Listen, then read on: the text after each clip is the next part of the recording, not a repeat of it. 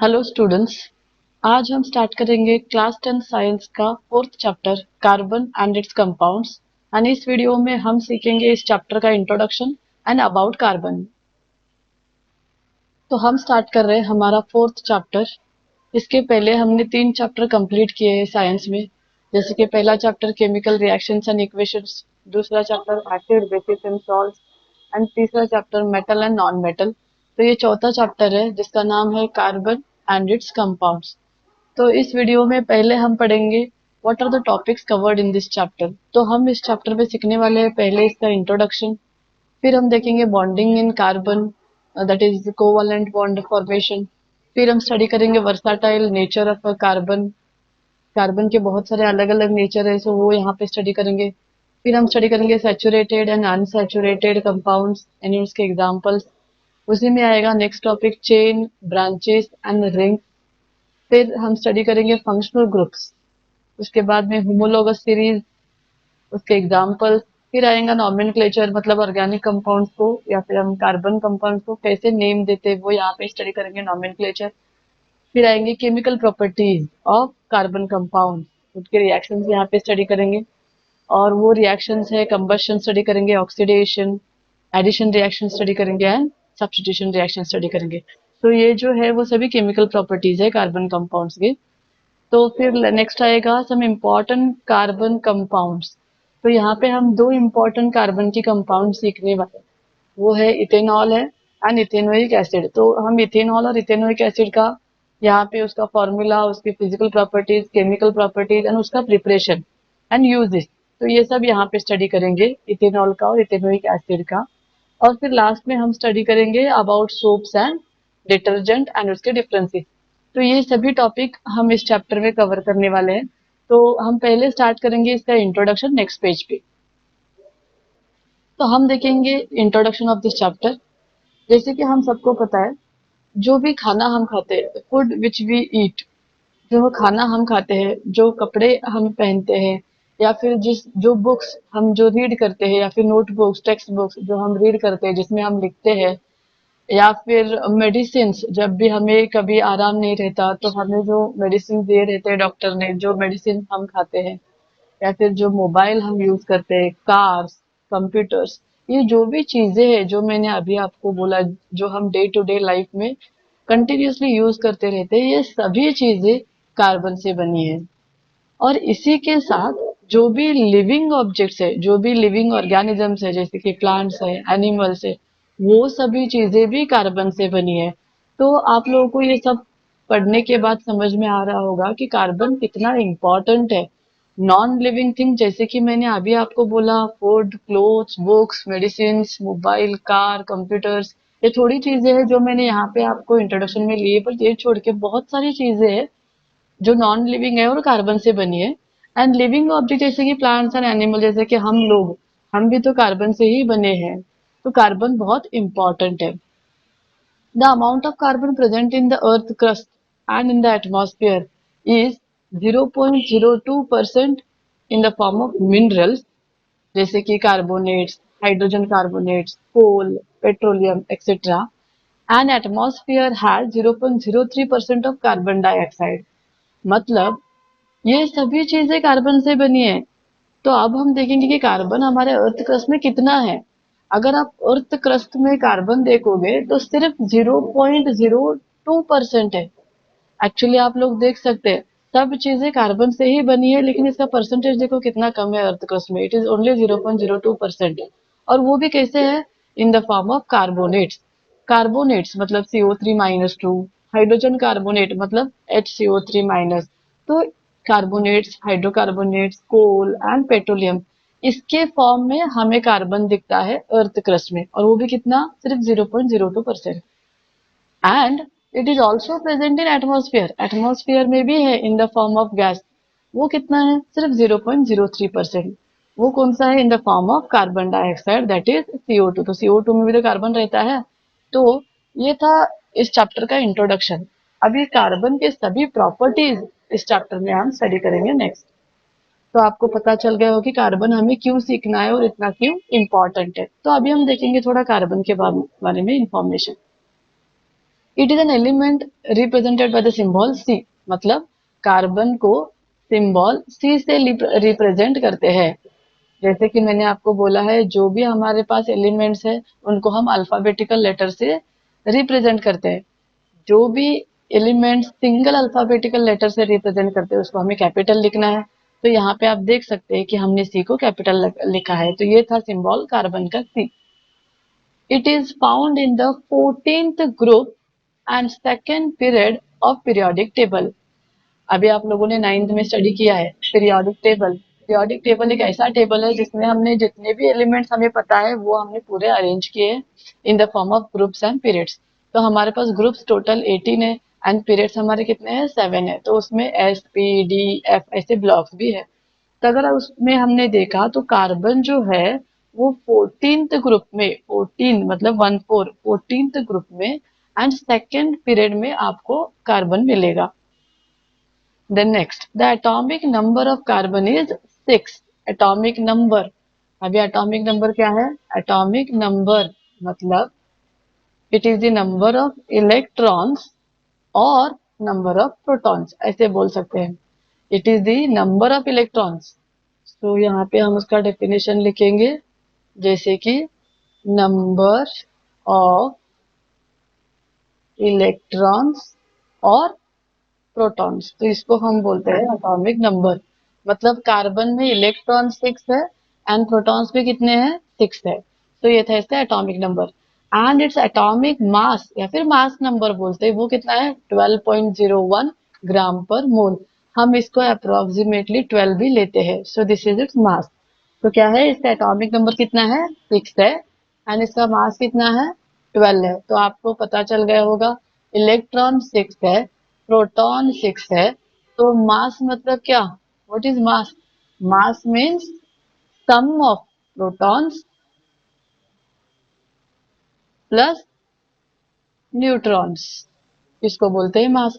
तो हमारा मास तो 12 दिए है, प्रोटॉन्स तो हमारे कितने हैं, 6 है, तो न्यूट्रॉन्स कितने हो गए, 6। तो इसमें न्यूट्रॉन्स भी 6 है। तो ये आपको यहाँ पे पता चल गया होगा कि प्रोटॉन्स कितने हैं, न्यूट्रॉन्स कितने हैं, इलेक्ट्रॉन्स कितने हैं। Next, carbon is a non metal and its valence is 4, therefore it is tetravalent। अभी ये सभी हम इस चैप्टर में स्टडी करेंगे डिटेल में, तब आपको पता चलेगा। तो carbon is non metal, non metal which will not conduct electricity, which will not conduct heat. ये सभी आपको प्रॉपर्टीज मैंने लास्ट चैप्टर में एक्सप्लेन किए थे, चाहे तो आप वो वीडियो हमारा देख सकते हैं।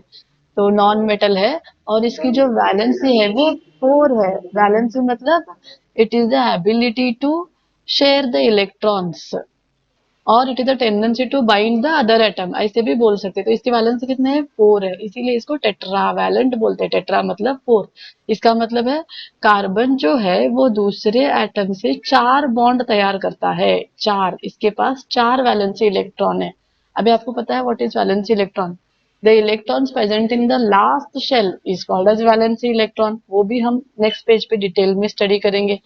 तो वो जो वैलेंसी इलेक्ट्रॉन्स है वो 4 है, मतलब कार्बन किसी से भी 4 बॉन्ड फॉर्म कर सकता है।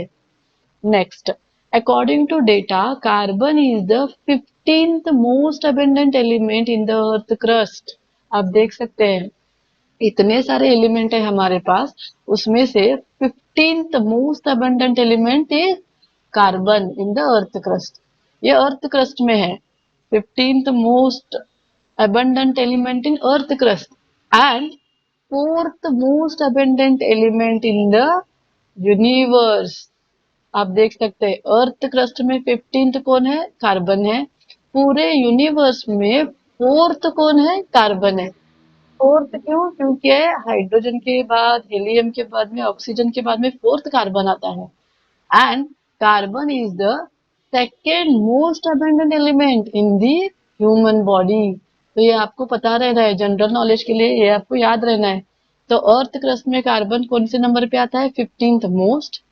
पूरे यूनिवर्स में कितने नंबर पे आता है, 4th मोस्ट। एंड हमारे बॉडी में second most element, most abundant element is carbon. हमारी बॉडी जो है लिविंग ऑर्गेनिजम्स की, वो मेडअप है सभी एलिमेंट से। सभी एलिमेंट हमारे बॉडी में रहते हैं, मेटल्स रहते हैं, नॉन मेटल्स रहते हैं, सब रहते हैं। उसमें से जो ज्यादा से ज्यादा प्रेजेंट है वो है कार्बन। सो आप लोग को यहाँ पे समझ में आया होगा कार्बन के बारे में जो भी मैं इंफॉर्मेशन एक्सप्लेन कर रही हूँ। तो नेक्स्ट पेज पे जाने से पहले मैं और एक बार आपको बोल रही हूँ, carbon represented by the symbol C. It is found in 14th group and second period. Its atomic number is 6 and atomic mass is 12. It is a non-metal. Its valency is 4 and it is tetravalent. According to data, carbon is 15th most abundant element in Earth crust, 4th most abundant element in universe and second most abundant element in human body. अभी हम जाएंगे next page पे। तो next है carbon has 3 isotope. Carbon के आपको 3 isotope मिलेंगे ना। व्हाट इज आइसोटोप, वो भी हमने 9th स्टैंडर्ड में पढ़ा है। जैसे यहाँ पे आपको मैं लिख के बताती हूँ। आइसोटोप्स मतलब the element having same atomic number, same atomic number and different mass number, different mass number. तो क्या है आइसोटोप्स? आइसोटोप्स मतलब ऐसे एलिमेंट जिनका एटॉमिक नंबर सेम रहता है बट उनका मास अलग रहता है। जैसे कि यहाँ पे एग्जांपल हमने कार्बन का लिया है।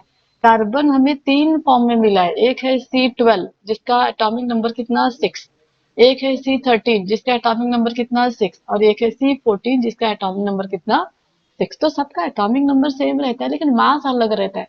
क्यों मास अलग रहता है? क्योंकि मास में प्रोटॉन और न्यूट्रॉन रहते हैं, तो न्यूट्रॉन चेंज होते जाते हैं इसीलिए उनका मास चेंज होता है।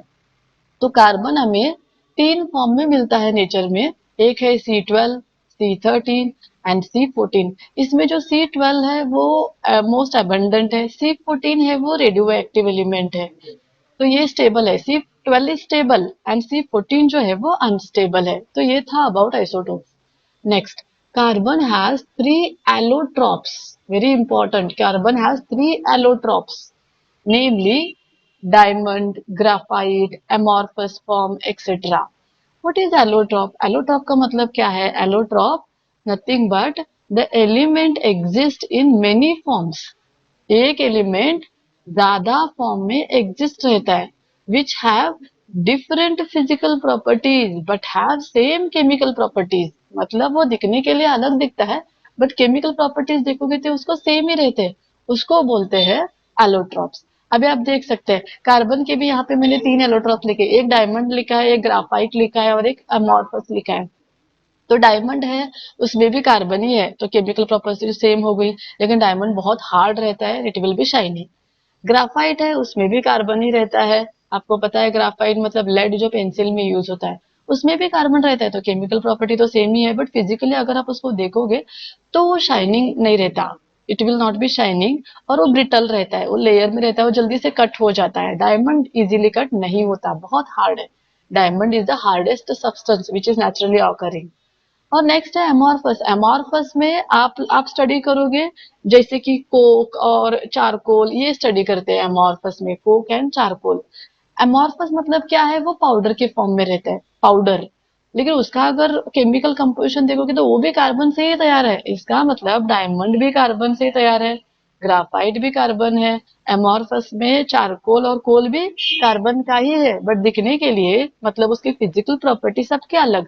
ये हार्ड है, शाइनिंग है, ये थोड़ा सा ब्रिटल है, शाइनिंग नहीं है।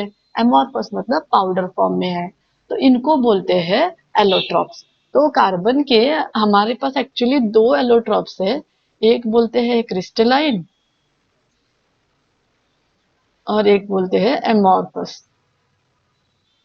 ऐसे 2 फॉर्म रहते हैं कार्बन के। तो क्रिस्टलाइन में आएगा ये डायमंड एंड ग्राफाइट, एमॉर्फस में हम स्टडी करेंगे चारकोल, कोल एक्सेट्रा।